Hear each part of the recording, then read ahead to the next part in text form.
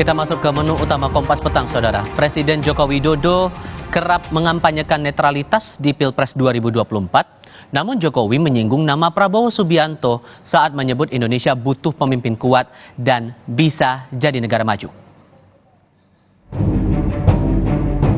Jangan sampai memihak. Itu dilihat loh, hati-hati. Dan juga pastikan ASN itu netral.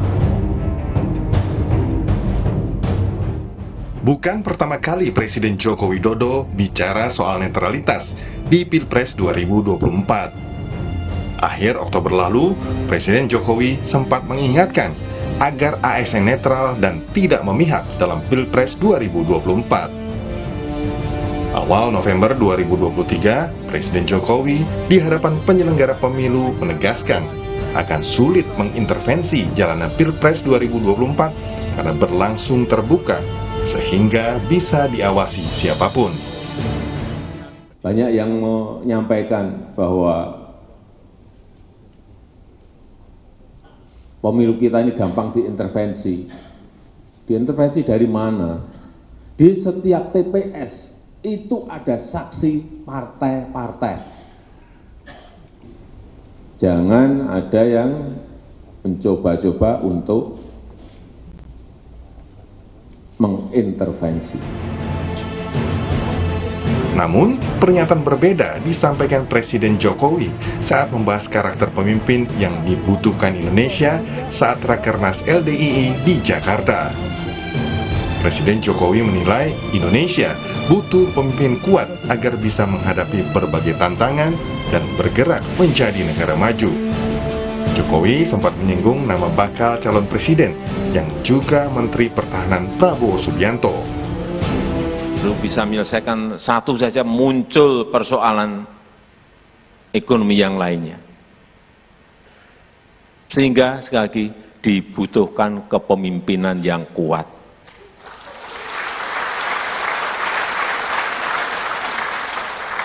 Jadi yang ditampilkan tadi pencak silat tadi benar.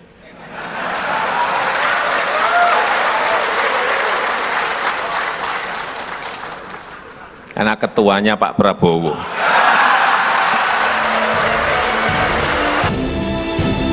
Sebelumnya, insiden pencopotan baliho Ganjar Mahfud di Bali oleh Satpol PP sempat menuai polemik dan protes dari PDI Perjuangan. Netralitas Presiden Jokowi diuji setelah putusan MK meloloskan putra sulungnya Gibran Rakabuming Raka maju sebagai bakal calon wakil presiden di Pilpres 2024. Tim Liputan Kompas TV.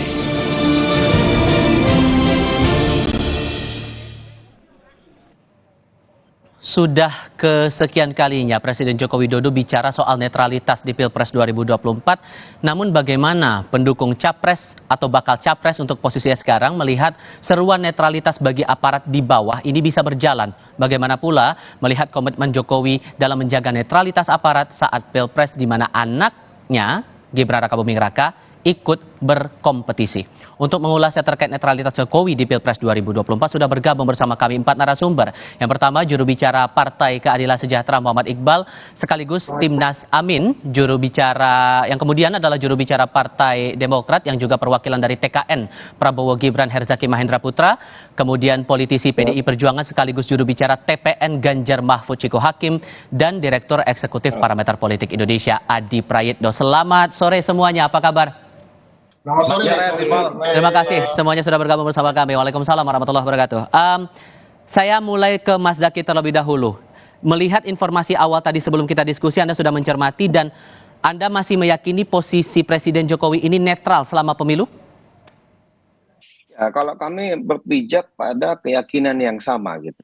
Baik ketika kami ya sebagai juru bicara Demokrat, ketika kami di tempat yang dulu maupun saat ini sebagai TKN gitu. Kami meyakini bagaimanapun sosok seorang presiden atau kepala pemerintahan dan kepala negara itu harus berada di atas semua. Jadi tidak hanya berpihak kepada salah satu, karena bagaimanapun perhelatan atau kontestasi politik ini adalah acara untuk kita semua, untuk rakyat, dan ini adalah tempat rakyat ya, kedaulatan rakyat benar-benar dipertaruhkan.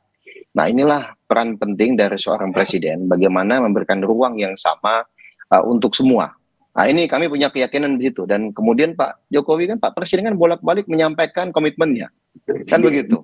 Nah, ya tentunya kalau sudah menyampaikan komitmen, bagi kami seharusnya ini ditindaklanjuti juga sampai ke level tentunya ke paling bawah. Bagaimanapun demokrasi kita membutuhkan komitmen dari petingginya, tentu pimpinan tertingginya yaitu Bapak Presiden, dan harapannya bisa dilakukan dan ditindaklanjuti oleh para aparat dan juga para ASN sampai ke yang paling bawah. Ini menjadi penting karena kok Demokrat dan juga Mas Ahaye sebelum ini juga berbagai kesempatan juga menegaskan pentingnya netralitas ASN, pentingnya netralitas aparat. Nah, ini yang selalu kami sampaikan. Dan sejalan saat ini sikapnya dengan TKN juga itulah sikapnya. TKN posisinya seperti itu. Kalau dari TPN, Bang Ciko, Anda melihatnya bagaimana, Bang? Apa yang disampaikan oleh saudara saya Zaki barusan adalah itu yang idealnya dilakukan oleh seorang presiden tentunya, berdiri netral di atas semua golongan, apalagi terkait dalam pemilu Pilpres ini di 2024. Tapi yang terlihat dengan kasat mata dan dirasa masyarakat, tentu kita juga sadar bahwa ada anak kandungnya yang running for vice president dalam kontestasi ini.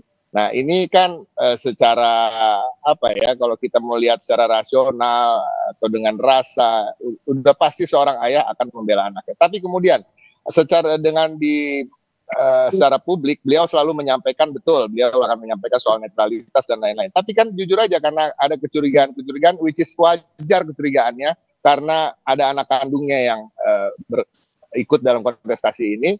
Apa yang dia katakan di balik pintu-pintu yang tertutup dengan para pimpinan dari aparat-aparat negara kan kita nggak pernah tahu. Dan ini tercermin, kecurigaan kita terbukti satu persatu bahwa ketika banyak baliho diturunkan dari baliho PDI Perjuangan maupun baliho Ganjar. Dan ini terjadi mulai dari Bali, kemarin di Sumatera Utara kami sudah mendapatkan video-videonya.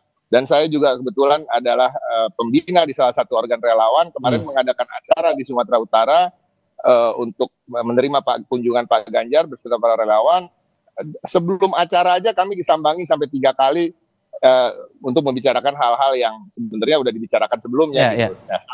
Ini akan menimbulkan kecurigaan bahwa ada intervensi daripada aparat, dan ini wajar-wajar aja kalau kami harus terus mengingatkan soal netralitas. Jadi apa yang disampaikan Pak Jokowi itu sebenarnya seperti khotib dalam sholat Jumat. Beliau berwasiat untuk dirinya sendiri dan juga buat orang lain. Kalau dari Koalisi Perubahan, Mas Iqbal, Anda melihatnya bagaimana kemudian? Ya, saya kira netral itu dimulai dari ketidak berpihakan kepada salah satu calon. Berapa kali-kali Pak Jokowi itu memberi kode, dulu namanya berambut putih, sekarang yang berani jago silat. Itu aja udah gak netral gitu loh. Jadi sebagai kepala negara harusnya Pak Jokowi adil ke semua pihak. Kemarin udah bagus tuh ngajak makan ya. Tapi lagi-lagi setiap ada acara statementnya pasti memberi kode dukungan kepada salah satu paslon. Khususnya saat ini yang berpasangan dengan Gibran. Selalu kodenya silat, berani. Yang itu tentu saja yang sebelumnya kan rambut putih dulu Mas Iko ya. Sekarang udah pindah. Jadi itu aja udah nggak netral tuh. Jadi menurut saya harusnya konsisten lah Pak Presiden bahwa kalau netral ya semua calon di-endorse lah. Saya belum mendengar nih Pak Presiden mengendorse Mas Anies dan Muhaimin. Ya kalau itu dilakukan ketiga-tiganya itu bagus. Rakyat akan juga melihat. Karena tadi sampai sekarang kecurangan pemilu yang sampai sekarang di era Pak Jokowi belum terungkap adalah kasus kecurangan pemilu di Malaysia.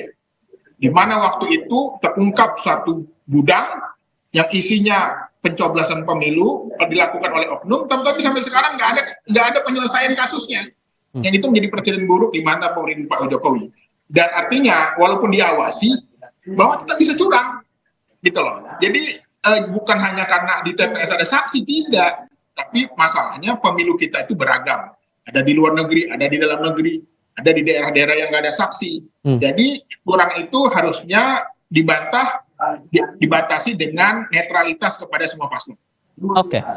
Dengan alasan-alasan tadi yang disampaikan, Mas Adi, Anda menangkap bahwa netralitas ini masih jadi batu ujian yang cukup berat nanti sampai sepanjang pemilu ini, atau gimana Mas Adi? Ya, saya kira memang tidak bisa dibantah bahwa soal netralitas ASN, kemudian anggota TNI dan anggota kepolisian kepala desa dan perangkat desa itu adalah sesuai dengan amanat Undang-Undang Pemilu nomor 7 2017, Mas. Jadi siapapun sebenarnya yang mau berkompetisi di Pilpres 2024 haram hukumnya melibatkan ASN, kemudian anggota TNI, kepolisian, dan perangkat-perangkat desa. Ingat, pejabat publik di negara ini bersumpah kepada Tuhan yang Maha Kuasa. Kalaupun toh manusia tidak ditakuti, ya setidaknya takutlah kepada Tuhan. Karena nanti akan dihisap itu, yang disebut dengan kesalahan-kesalahan dan janji politiknya. Jadi, bagi saya siapapun yang punya akses untuk mobilisasi ini memang tidak boleh ya cawe-cawe menggunakan tangan-tangan kekuasaan, itu satu. Yang kedua, kenapa netralitas soal ASN dan aparatur sipil negara ini selalu dibicarakan? Biasanya setiap pemilu dan pilkada selalu muncul, terutama ditujukan kepada pihak-pihak yang punya akses. Siapa yang punya akses? Tentu kekuasaan. Siapa yang punya akses? Tentu penguasa. Kalau orang seperti Bang Iqbal ataupun teman-teman PDIP, sekarang ya akses terhadap kekuasaan diamputasi, mereka tidak bisa mendirect dan menjangkau langsung ya kekuatan-kekuatan politik yang bisa digerakkan. Dan yang ketiga, kalau mau jujur, kita kan tidak bisa menutup mata tentang begitu banyak resistensi dan protes-protes publik, terutama dari kalangan pro-demokrasi dan gerakan civil society, satu persatu kan mulai muncul. Ada indikasi dan dugaan-dugaan keterlibatan aparat pemerintah yang misalnya pasang baliho untuk kepentingan partai dan kelompok tertentu. Ini secara terbuka dan protesnya sudah dilakukan. Dan pada saat yang bersamaan misalnya ada baliho, ada billboard, salah satu pasangan tertentu yang ditertibkan, tapi pasangan yang lain tidak ditertibkan. Itu bentuk ketidaknetralan yang sudah terlihat menurut Anda, Mas Adi?